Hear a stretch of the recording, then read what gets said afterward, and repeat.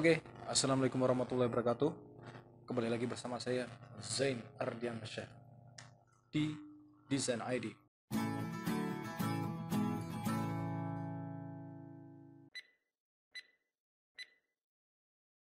Pada kesempatan kali ini saya tidak akan membahas tentang desain, tetapi kita akan membahas tentang ekonomi. Ya, bagaimana sih dampak ekonomi kita Indonesia karena adanya virus corona. Nilai tukar rupiah Indonesia di mata dolar itu 1 rupiah itu sekarang per 24 Maret 2020 adalah 16.622 rupiah, ya, 16.600 sekian rupiah per dolar, ya, yang tadinya di bulan kemarin, di bulan Februari itu sempat turun, ya, menjadi 13.000 rupiah sekian. Sekarang melonjaknya sangat tajam sekali, ya, ini 16.600 sekian. Nah, tentunya ini dikarenakan karena adanya pandemik atau wabah virus corona di Indonesia, ya, yang kita sudah tahu sendiri. Di Jakarta, di Tangerang, dan di wilayah-wilayah lain sudah ada yang terkena virus corona, dan semoga saja virus ini cepat hilang dan kita bisa hidup normal seperti biasanya lagi.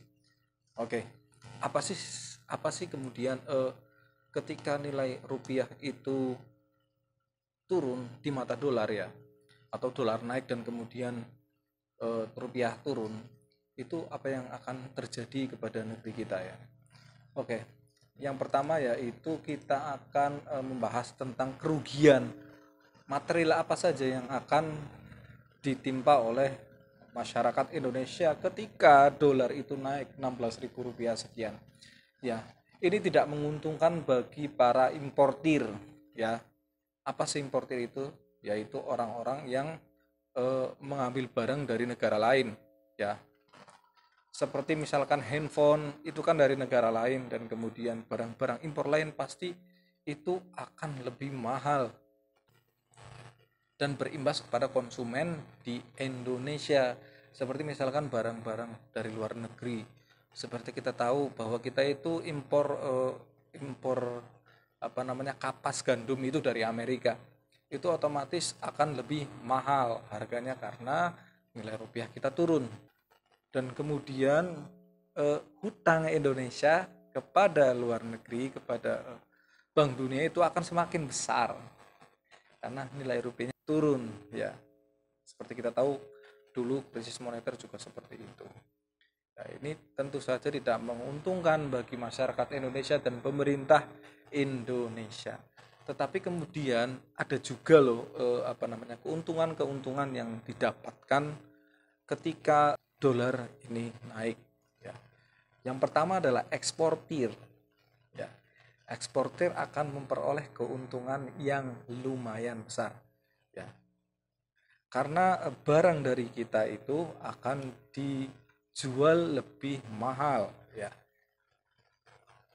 Kita misalkan punya produk apa, ini kita bikin sendiri dan kita ekspor ke negara lain, itu nilainya akan semakin besar, ya. Jadi eksportir diuntungkan di keadaan seperti ini. Nah, kemudian yang kedua adalah barang lokal Indonesia yang akan berjaya di negeri sendiri, ya. Ini sebenarnya kesempatan bagi para kita pengusaha mandiri yang di Indonesia, yaitu untuk melebarkan sayapnya, ya, karena daripada impor mahal lebih baik kita bikin sendiri. Itu sebenarnya sebuah kesempatan, ya. Kemudian bijak dalam melakukan kredit, karena otomatis kredit itu ketika dolar itu naik, ya, maka otomatis bunga itu akan semakin besar, ya. Indonesia dikenal sebagai negara yang gemar sekali hutang kepada lembaga asing atau mungkin negara lain yang telah maju. Hutang ini katanya digunakan untuk menutupi kebutuhan negara yang kian meningkat. Mau tidak mau pemerintah harus hutang meski sebelumnya dimaki-maki oleh rakyatnya. Momen kenaikan dolar yang super ini harusnya digunakan oleh pemimpin ini untuk bijak dalam melakukan kepada lembaga luar negeri, karena semakin banyak hutang semakin besar pula tanggungan yang harus dilunasi. Ya. Poin yang ketiga adalah bijak dalam melakukan kredit. Ya. Karena hutangnya semakin besar ke hadap Bank Dunia, Indonesia harusnya menekan kreditnya. Kemudian yang keempat adalah menumbuhkan perilaku hemat pada masyarakat. Ya, karena sedang krisis jadi ya harus berhemat. Dan kemudian sektor pariwisata akan mengalami peningkatan, ya, karena mata uangnya rendah, jadi orang asing itu akan senang ketika berlibur ke Indonesia karena serba murah seperti itu. Tapi dalam pandemi seperti ini, dalam virus corona seperti ini, keadaan virus corona seperti ini, mungkin ini pariwisata tentu saja akan sepi, ya. Penerbangan tidak ada. Kemudian yang selanjutnya adalah para pekerja yang bergaji dolar akan kebanjiran untung, ya, seperti misalnya YouTuber ataupun freelancer ataupun microstock, itu akan mendapatkan gaji yang lebih besar, ya kan, karena nilai dolarnya naik. Mungkin seperti itu saja vlog dari saya pada malam hari ini. Semoga bermanfaat bagi kita semua. Wassalamualaikum warahmatullahi wabarakatuh. Tetap sehat di rumah.